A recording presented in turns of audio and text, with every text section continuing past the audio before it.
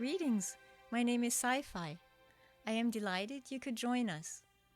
Over the next hour, we will journey over 2,000 miles north to the Arctic Circle.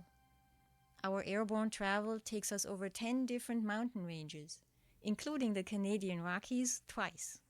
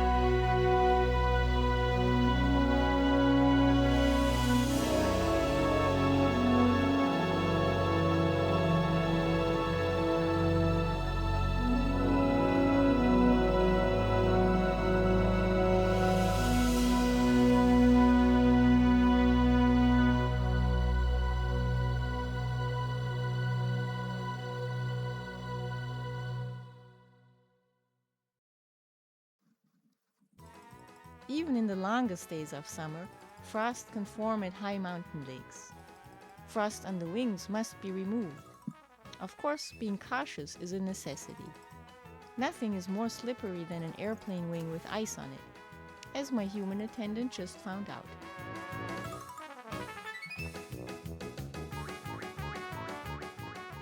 A summer-long pilgrimage across British Columbia, the Yukon, Northwest Territories, and Alaska requires an enormous collection of supplies. Thank God the Beaver, the gold standard of bush planes, is stout enough for the task. From Anahim Lake, we will ride up the Inside Passage, refueling on the float pond at the Juneau airport. The next leg will take us over the Chilkoot Pass and down the Yukon River, ultimately landing on it at Whitehorse. We continue to follow the Yukon and the Gold Rush Trail all the way to Dawson. With Yellowknife next on our plate, we turn to Virginia Falls on the Nahanni River. From there, we take wing to Alaska.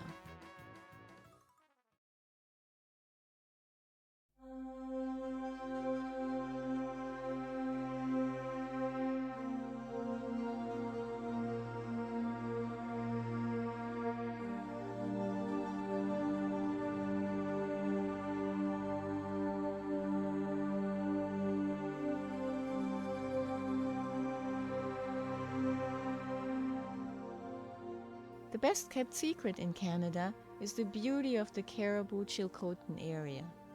The nearest high school is 200 miles distant. There are no cell phone towers, and mail service is only 3 days a week. As good as that sounds, the scenery makes it even better.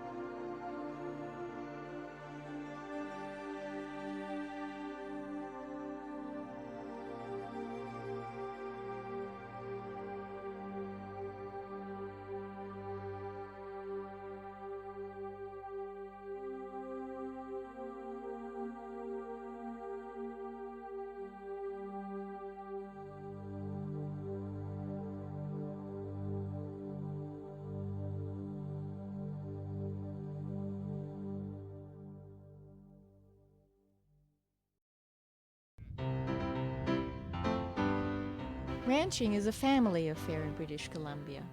The first ranchers homesteaded this area in the early 1930s. This hardy lot dug ditches by hand to drain swamps and create pastures.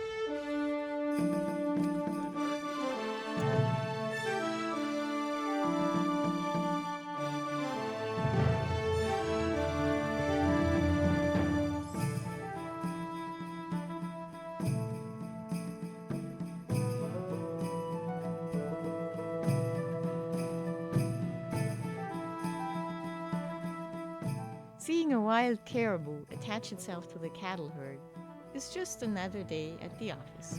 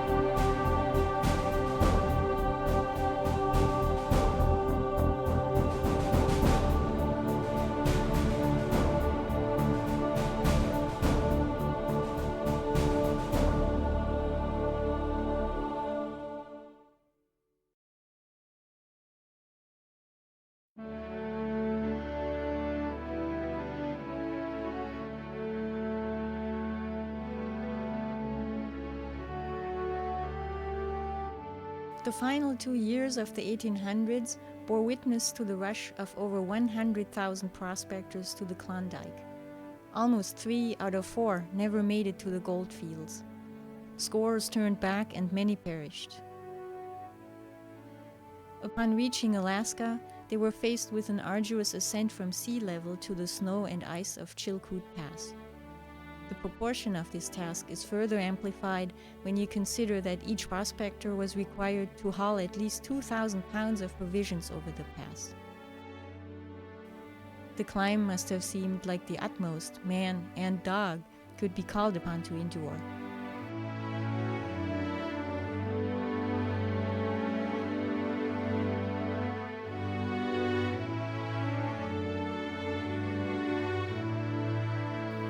Those that were not swept into eternity by an avalanche descended to frozen Lake Bennett, where they camped in squalor. With little or no experience and using only hand tools, they built crude boats from the towering timber.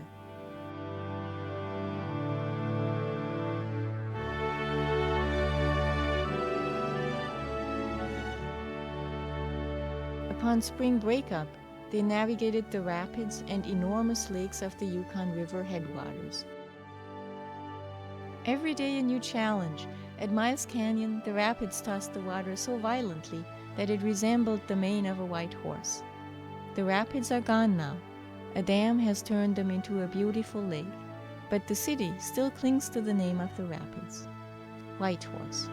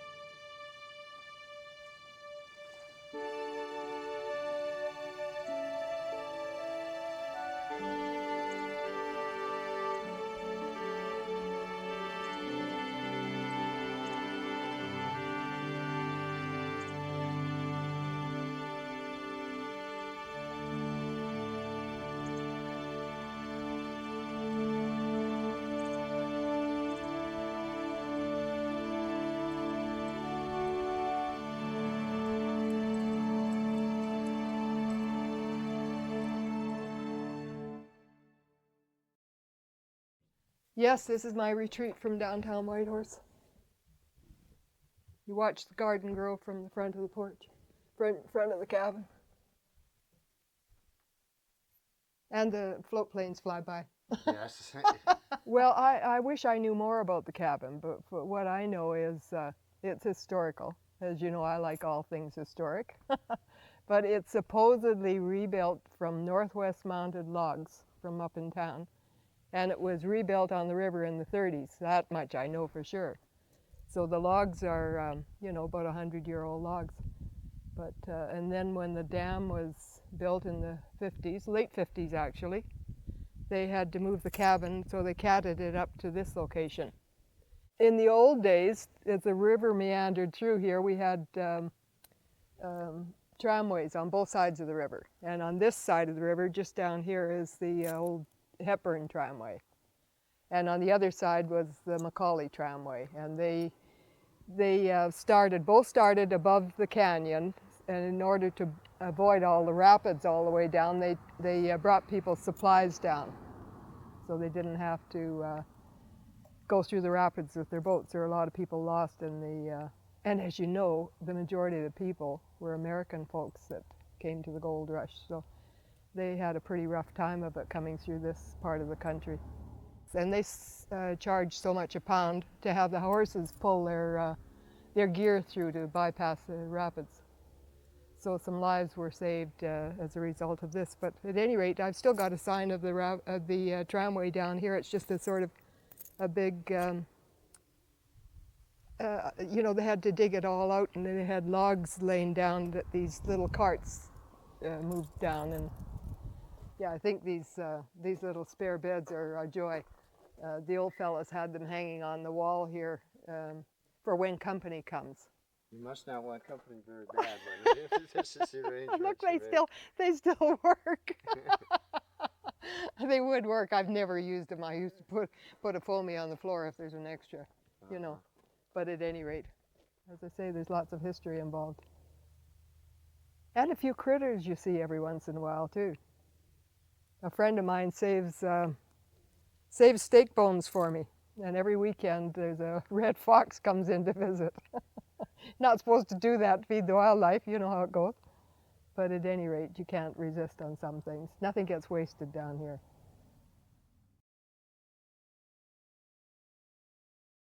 Every June, Whitehorse hosts the start of the longest annual canoe and kayak race in the world, the Yukon River Quest, 460 miles of paddling down the Yukon River to Dawson.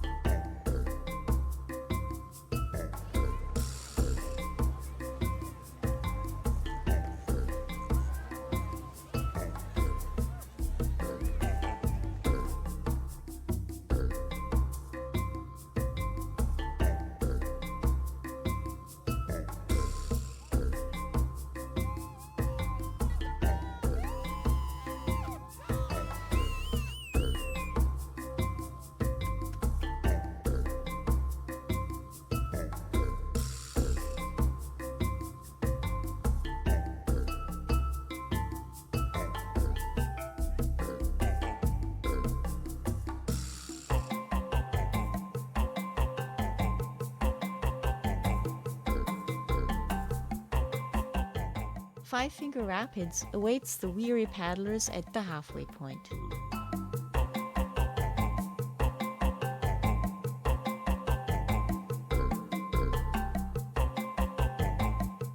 Of course, there is a faster way to get your canoe to Dawson.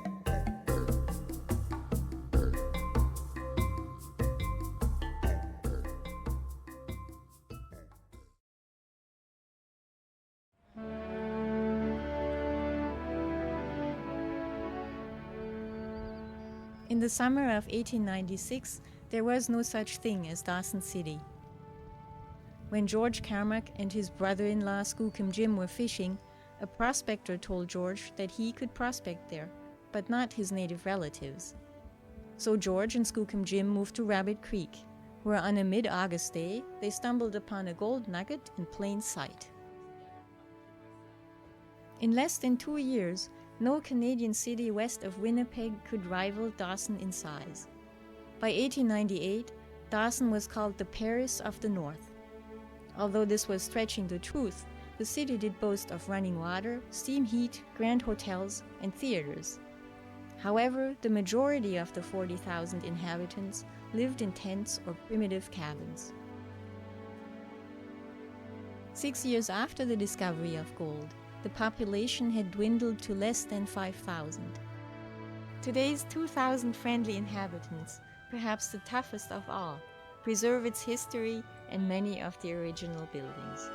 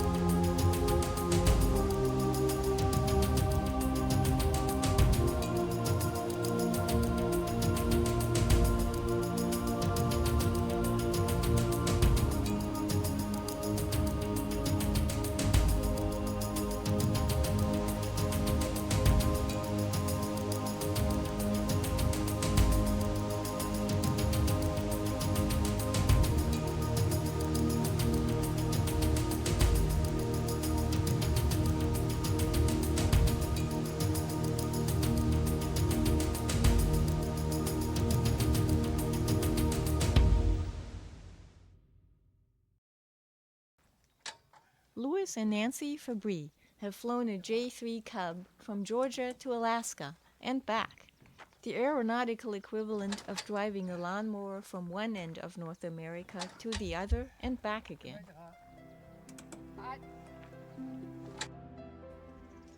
We left on May 26th and got to Birchwood in Alaska June 10th. So it's Puddle Jumper is the right name for a J3, Puddle Jumper. And Nancy, you're the pilot? I'm the pilot, and we're together on it. And you have children? Oh, we've got 6 wonderful children, and the oldest one was a P3 Orion pilot, C-130 pilot, now with United. He also has his wife has a Super Cub, and they do bush piloting up in Alaska. And the second one is a Navy SEAL, ex-Navy SEAL, and he's an engineer now, ocean engineer, but he's getting his pilot's license, and he's very good with this plane. And then our third son is an F-18 pilot. His name is Gabriel, and he's a captain, major. He's a major now with the Marines, and he's an F-18 pilot and instructor. And then the fourth child is a daughter, and she's a C-130 pilot with the Air National Guard, flying out of Delaware, and has done six tours in Uzbekistan, in the Afghanistan. Iraq theater over there with Yeah. the Delaware National Guard. Her husband Richard is with the Air Force, and She's a captain. And then the next son is an F-18 pilot. He's out of Beaufort, South Carolina, and he's a lieutenant. And then we have our youngest child is becoming a medical doctor, and she wants to be a bush doctor one day. So this little plane has truly paid off. And then I got my license at 62, so the And- whole family is flying. But we met some wonderful people. I have to say the Yukon people, the Canadian people are just wonderful and very hospitable. And you know, as far as gas is concerned, yes, that's a problem. Thank God we can use motor gas. We can land in some of these old World War II strips and gravel walk strips, and anything. get gas and come back and put it in the plane, and they usually bring you back. It's amazing. Well, y'all have a great day too, and I hope you find all the gas you need. Oh my goodness. Okay, hang in there. One more time.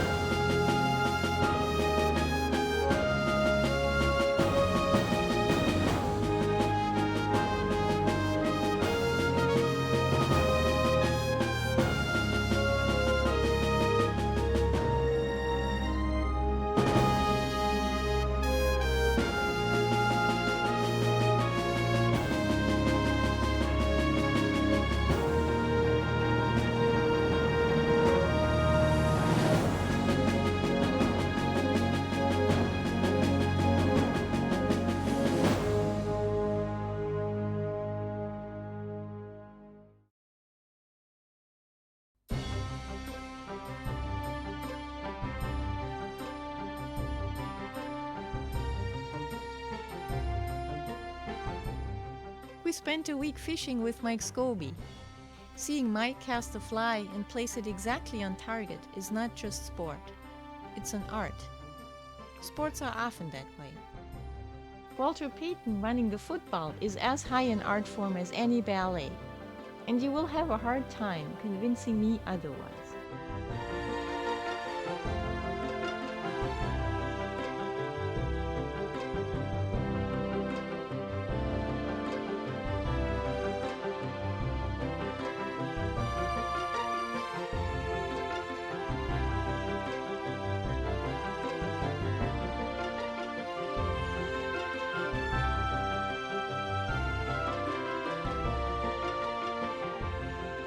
Mike treats these fish as though he loves them, which he does.